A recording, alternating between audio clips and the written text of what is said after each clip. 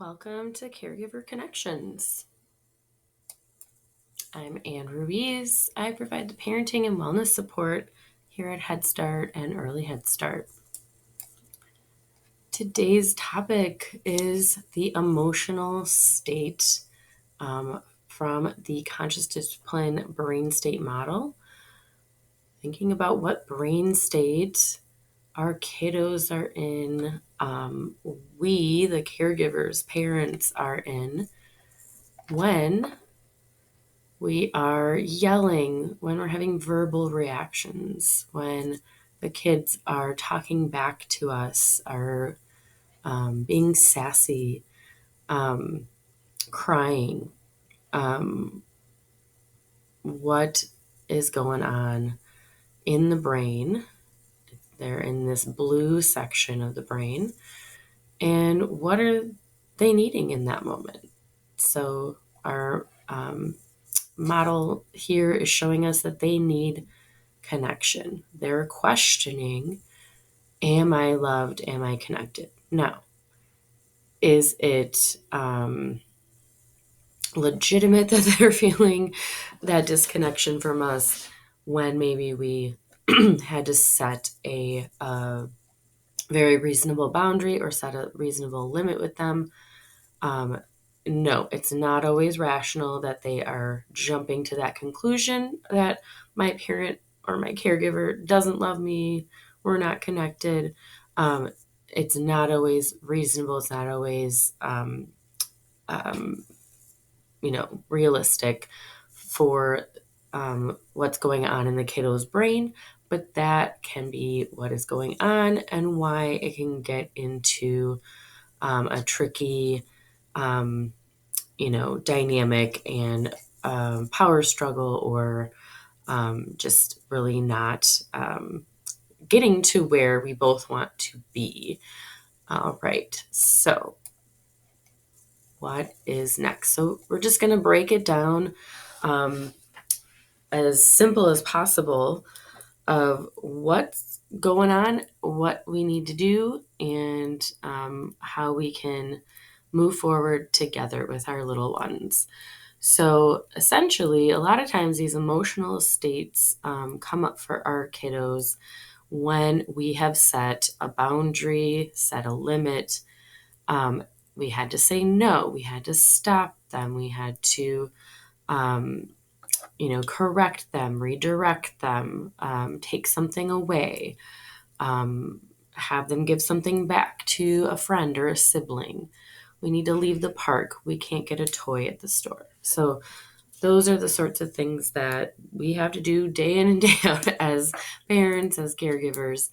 And so these situations are coming up a lot. And sometimes our kids are able to kind of move through it and work through it quickly, and it's not a big reaction. And other times it is. And why might it be a bigger reaction? It kind of depends on so many factors.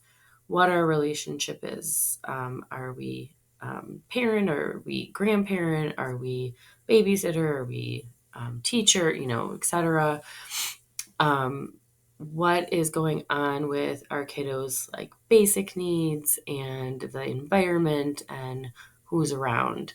Could there be overstimulation, understimulation, stress, hunger, fatigue, things like that could be impacting the moment that we get a bigger reaction to those boundaries or limits.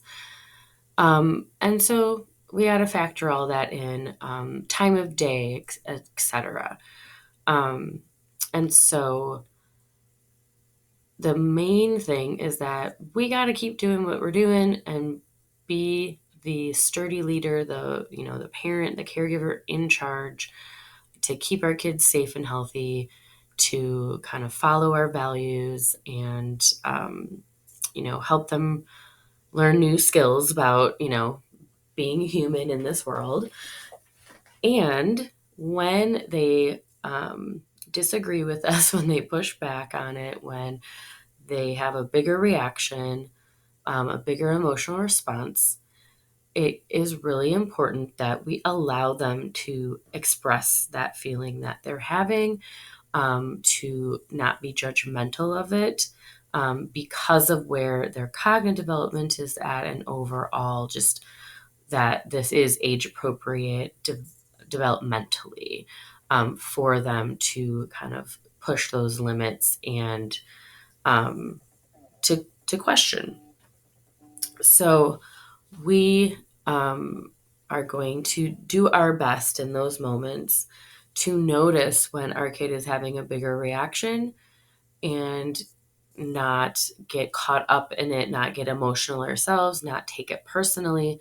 If they're having a big reaction, we need to get curious about that and to just allow them to express their feelings. Now, do we need to fully just accept back talk or, you know, disrespectful things, maybe for our older kiddos, preschool age? We might start hearing those "I hate you," or I don't love you anymore. But the reason that those sorts of, verbal reactions, can come up for our little ones is because that's how they are feeling themselves. They are worried about their connection with you and if you still love them. And so then they are kind of pushing and giving us all that big emotional response to see if they can get a sense of, if I just keep giving you all this really difficult stuff and, have you maybe feel similar to me so that you understand how I'm feeling on the inside, will you still love me even then? And so that sounds very complex and very deep for a little one. They're not understanding that they're doing that consciously, but it is generally the purpose of why that, the emotional response and why it gets so, intense so quickly, even at this young age. Um, and we need to understand what's underlying that before we get irritated, before we take offense, before we, just, you know, focus on like punishing or giving a consequence for their emotional reaction. We need to take a step back and understand what is going on behind those words and, responses. And so you still set those boundaries and limits, and we allow the emotional response. Um, then we can provide some calm reassurance, our presence, our calmness.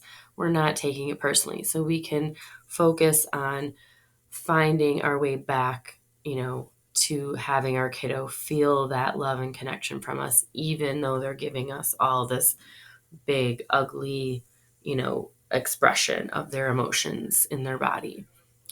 We can validate how they are feeling, what they wanted, what they wished for, whatever desire they had. It's not saying that we're saying yes to those wants or wishes. We're not, um, justifying or saying, yes, you can scream at me or your sister or your friend when you don't get what you want. But we understand that this is coming out in this way because they feel so bad. They really wanted something. They're still learning how to process that, disappointment, the frustration, the need for patience, to control their impulses, and to understand that, we need to consider other people, throughout our, day and our interactions. So we're going to give that to them to model it and to show our understanding that they feel really bad in their body, in their thoughts, and that it's coming out in this way because of that. And ultimately, we're doing all that because we're focusing on connection. We're understanding that they are questioning if we love them. And so even when they give us these big, tricky emotions and tell us mean things and things that can feel very triggering or disrespectful, that we can still show them that we unconditionally love them. All right. So then the final thing to remember is that all feelings can get a yes. So if they're frustrated, disappointed, angry, sad, etc., that is okay. You can feel that way. When we're getting to the behaviors, even the like verbal responses, that we can say, no, I don't like when you talk to me in that way. But we're not jumping into you're getting a consequence or punishment because of that. We're just going to try to slow down the situation. And if behaviors are getting bigger, then we're actually headed towards that survival state. And that is what we're hoping to not get to. So that's why we are allowing the feelings, letting them process it and get it out of their body, finding, being able to validate where they're at, and getting them back online with us, that we are a team and we're together. So we don't need to join that power struggle. We are okay. We are still connected. And so then we don't head towards more behaviors, bigger behaviors, aggressive behaviors, and things like that. We're keeping it in that emotional state and bringing them out of that concern that our relationship is not okay.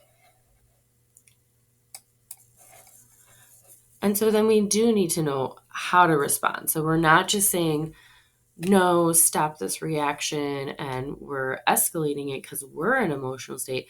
We're showing them that we understand that they're struggling and that they don't feel good in their body, in their thoughts, and we're helping them to just release it and process it. We understand what they maybe wanted and where things went wrong. So what might that sound like?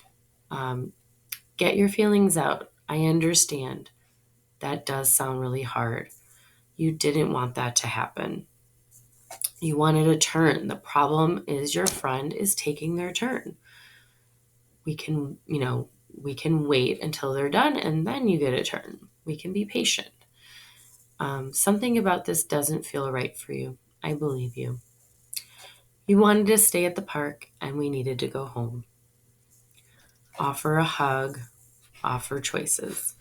A lot of times in these moments, they need a little bit of space, a little bit of release of that energy and emotion in their body. It's feeling icky. They're disappointed. They're upset. They don't know why they, screamed or said mean words to their parent who they love. And they could be feeling some guilt or some shame because of it. And so they need a little bit of space. And then we can just be there and be ready to offer that hug or, whatever your kiddo, whatever provides them comfort. And we can also give some choices. The timing of the choices depends. Sometimes kids, we can kind of offer them right away depending on what kind of choices we're giving. We don't want to just jump into total redirection that we know just like stops it. We want to provide some choices that are going to help their body to release the energy and the emotion in their body.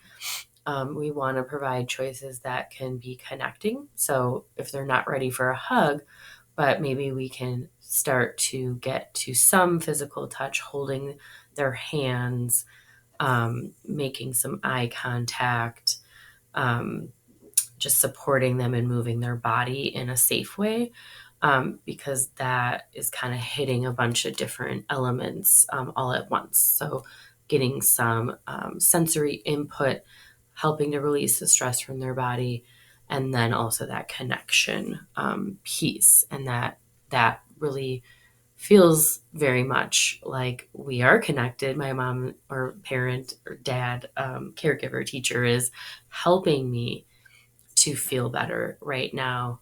We are connected. They did, come towards me versus backing away because they were also upset. So those choices could be like, let's do 5 big jumps. And so you hold their hands, you let them get a big, squat down and help kind of lift them up to give a really big jump. And then they get that impact on the ground when they land. Maybe they're into spinning. And so you hold their hand as they spin around.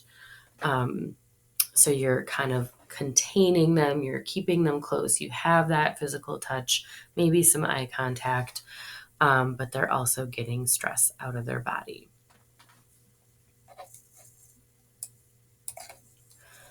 So next steps. So the main things that we're focusing on here is that we are letting our kiddos feel their feelings while we still maintain our boundaries. We don't buy the toy to get them to stop crying at the store. We don't stay at the park, 15 minutes longer. We give them those choices. You can walk to the car or I will hold your hand. Or if they're little enough, I will pick you up and we'll go to the car. So they get a choice. They can go on their own or we will help them. Maybe at the store and they want a toy, you can put it on your Christmas list or, birthday list or, whatever sort of gift thing that you have for your family. Or we can take a picture of it so that we remember it when it's time to get a toy or get a treat. Offer empathy and coping to connect. So we are providing that validation that it's okay to want that toy or the treat at the store, or it is okay to want to stay at the park. The park is fun. Your friends are there. You just love going down the slide or doing the swings. It's okay to want those things, and we have to go. We have to move on to the next part of our day. And it's good to validate that can be hard, especially if the next thing is a less preferred activity. But we got to be a part of the family and keep moving along. And we will help them to do that. And so then when we do that, our child feels connected. They feel secure in our love and our connection with them. They weren't too much for us. Their emotions weren't too much for us. We didn't get stuck in taking what they said to us personally, or focusing on how it was disrespectful. They are young. They don't fully understand maybe the words that they said or how it impacts others. And so we are going to maybe circle back to that and address that in some way, at a later time, in a calm moment. But we don't need to get into that argument and that power struggle with them, because that's not going to help to move them forward. They're just going to push back more and they're going to feel like, yep, my parent or my caregiver is against me and we are not connected. So then once we are connected, we can focus on problem solving. And that is where we will get to next time when we go to the executive state. So as always, I always have like kind of a 1-page handout with all the kind of details that we went over today. And so that is available if you would like it. You can also reach out to me directly to talk about specifics for your family and kind of customize any strategies for situations that are coming up for you. And I hope to see you next time for the executive state and to round out our brain states.